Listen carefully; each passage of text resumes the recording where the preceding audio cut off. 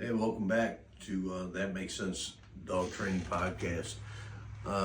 Another thing that I think is important to talk about and to address is guests.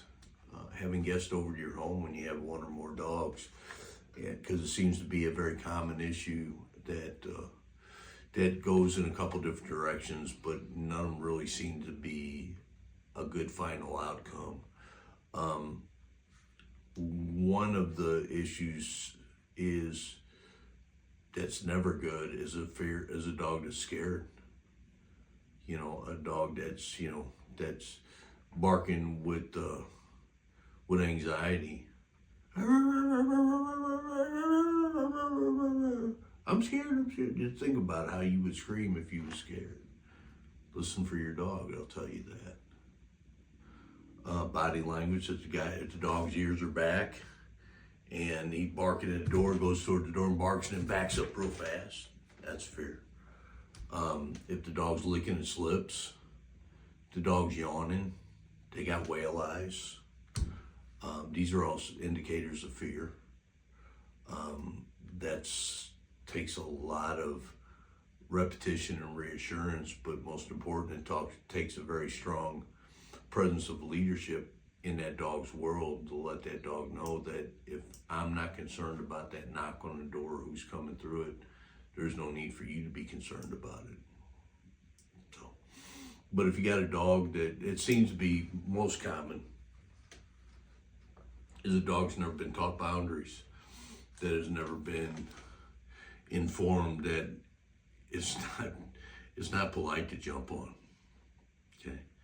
To let your dogs jump on you, okay, you can do whatever you want, but think about it. What makes sense is that if you let the dog jump on you when you come home from work, a dog's average lifespan, if they live their term, is between 9 and 12, sometimes longer. Let's just say 10 years, just for a roundabout. Every time you walk in the door, do you enjoy your dog jumping on you? No. 8 times out of 10, it doesn't settle well. So, best thing to do, in my opinion, is teach the dog not to jump on you, period. They can be excited to see you, but don't jump on me. You can stand back 3 feet and jump up in the air and spin in circles and all, but don't bump into me. Show me you're happy to see me, and I'll show you I'm happy to see you, but we have to be touching each other to do that.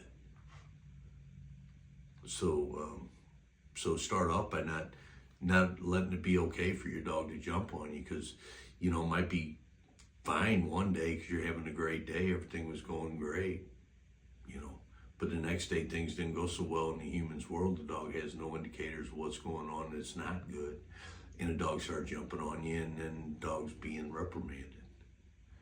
So I recommend not letting your dog jump on you at all, unless you have a very, very, very good, strong relationship with your dog that you can call your dog out of anything. Meaning if the dog breaks and takes off, starts heading across the street to chase a squirrel, that you can recall your dog, call him off that prey and call him back to your side. With that type of control with your dog, which takes a lot of effort, a lot of time, and a lot of repetition. If you don't have that control in your dog, I would recommend don't allowing your dog to be overly excited in your presence. If you want that, have it.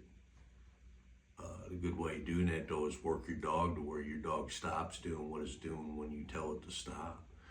So if you want to go out in the yard and play with it, which I love doing with my pack, we'll go out there and I'll slap box with them and push them around and play growl and growl and to let them know that I can have a good time.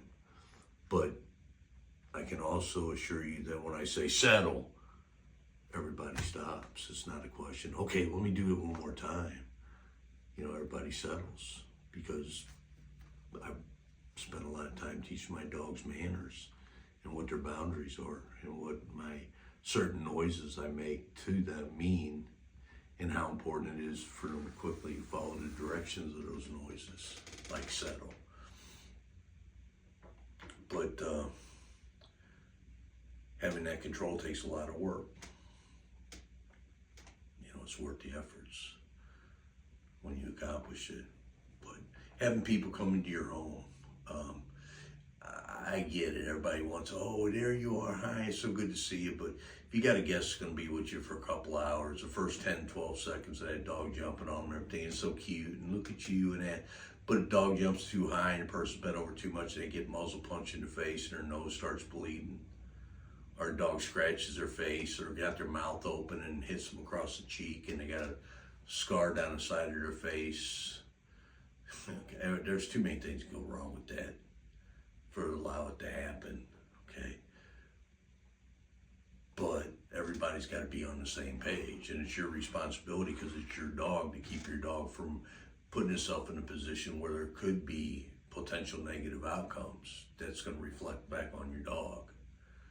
And that's so my advice is, and what I do when I have people coming over that's never been here to camp before, I'll take a minute with them and ask them, to listen carefully to what I'm going to ask them to do because it's very important. Here's what I'm going to ask you not to do. Is when you come into my home, I don't want you to pay attention to the dogs. I want you to ignore the dogs. Because then the dogs aren't jumping all over you and bumping into you, which is cute for the first 10 or 12 seconds. And then if, Susie comes over yesterday and everything was fine and Susie and Joe comes back the next day and Joe's got a beautiful suit on and he's getting ready to go to take Susie to dinner and your dog just came in from outside and they got mud on their paws. Ain't cute no more. So it's either yes or no world for dogs. It's just that simple. So what I ask people is when you come over, if you would, please just ignore my dogs. Well, first, I set it up for a success by asking for their help. Usually the question is, or the statement made is I'm training my dogs, would you like to help me out? And nobody's ever said, no, I don't want to help you train your dogs. Try it. Nobody ever say that to you, I promise you. I'm training my dogs, would you like to help? When you hear that, yes, say great. When you come in, I'd like for you just to not pay attention to my dogs. And that our job is to teach that dog, there's a knock at the door, give us a heads up, hey, somebody's here, thank you very much, quiet, climb, dog go over and get on his bed or wherever you point. Climb is not one particular object, it's wherever you point, climb, down, stay, and then you invite your guests in your home. Now, how to help this out, because a dog can be taught this with repetition. Dog challenges is helping people, having people help you by following your instructions. So again, what I found helpful is I'll explain in detail. When you come in, just ignore the dogs, okay? And if you do that and you help me work through the fact that my dog lays there until you're inside and then I allow my dog, then what I can do, the sooner you help me, the sooner I can let my dog, I can free and let my dog come over and pet you. And that seems where people go, he's gonna pet me? Yeah. Not really going to actually pet, but he's going to interact. He's going to socialize with you. We shook hands. He's going to sniff your butt. That's just how dogs do it. And with that put into place for that 10 seconds or 8 seconds or 12 seconds of sheer joy and the jubilation of, oh, there's the baby, and oh, hi. Oh, and for the next 2 hours going, come on, get off. Would you get off of her or get off of him? Stop it, get off. I don't invite people over for, people come over and go, God almighty, I don't ever want to go back to canines again. His dogs are all over me and acting a fool. Nobody's going to tell you that. But that's what's going to be said on the drive home. And what seems to start out as cute grows old quick. And, that's just one night. If you got a friend that likes visiting with you often, we all have it. We all experience it. We all have a friend, or we all have the dogs, or we have a combination of the two. They go into their house or having somebody come to our house is, 6 o'clock arrival time at 2:30 in the afternoon going, oh God, and Joe and Lisa's coming over. Man, I just hope them. I'm gonna try real hard to make sure that the dogs don't jump all over them, Nat, because Joe just had that operation done, and I gotta hope they just don't. It's a hell of a lot easier to tell your dogs quiet after they're done barking. I know somebody's here. Climb. Teach your dog to go where you tell it to go, to lay down and stay, and then invite people into your home. And then when everybody's settled in, the dog that's laying in a calm, submissive state of mind, you can say, okay, you want to say hi? Free. And let them go say hi to your guest. Give your guest a cookie. Have your guest empower themselves by not giving the dog a treat because it's real cute. They make the dog sit, or better lay down, and then reward the dog. Why do that? Because it's always good to keep your obedience skills fresh in your dog's mind. Repetition, repetition, repetition. But also what it does is it empowers your guest that they have food. The dog's not going to give it until it does something for the people that what they want the dog to do. And then from that point, people are positioned where the dog's going to respect them. You know, they're not going to get up to go use the restroom and come back and the dog be on their spot on the couch they just left, and people go, come on, let's go, get off, get off, get off, and the dog look at them and growl at them like, you just lost your mind. That won't happen. Come on off. Dog says, okay, I was just keeping it warm for you. Off they go. And everybody enjoys a nice quiet evening without a bunch of chaos and a bunch of barking and dog scratches on legs and pants being muddied up and, all kind of other things that I'm sure that majority of us has seen or experienced or been a part of. And so just to recap real quick, educate your guests when you're coming by tonight. Here's what I'd like for you to do. And if you would like, you can help me train my dogs. When the answer is yes, which it will be, great. When you come in, don't talk, no touch, no eye contact.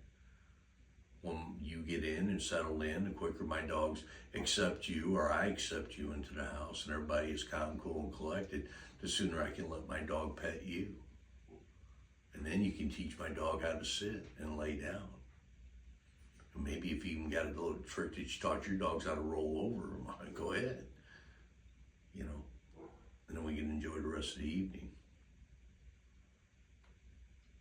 A little bit of effort on our behalf, a little bit of consistency with some training, along with some cooperation of your guests. You too can have a house of dogs that everybody wants, that I hope soon everybody starts having. Thanks again. I appreciate everybody stopping by and visiting with us.